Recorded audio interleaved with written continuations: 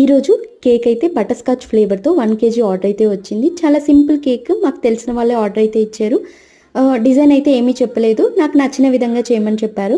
So అందుకే ఈ విధంగా నీట్గా ఫినిషింగ్ చేసేసుకున్నాను. ఎడ్జెస్కి లైట్గా ఎల్లో ఫినిషింగ్ అనేది ఇచ్చుకున్నాను అనమాట. ఎందుకంటే ఎల్లో అండ్ వైట్ కాంబినేషన్ చూడడానికి బాగుంటుందని చెప్పి ఈ విధంగా ఎల్లో షేడ్ అయితే ఇచ్చేసుకొని సైడ్స్కి ఈ విధంగా స్క్రాపర్తో లైన్స్ అనేవి వేసేసుకున్నాను అనమాట.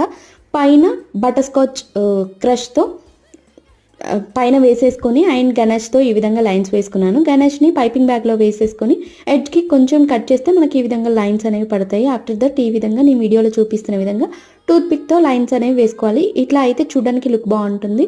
తర్వాత 1M నాజిల్తో రోజెట్స్ వేసుకున్నాను.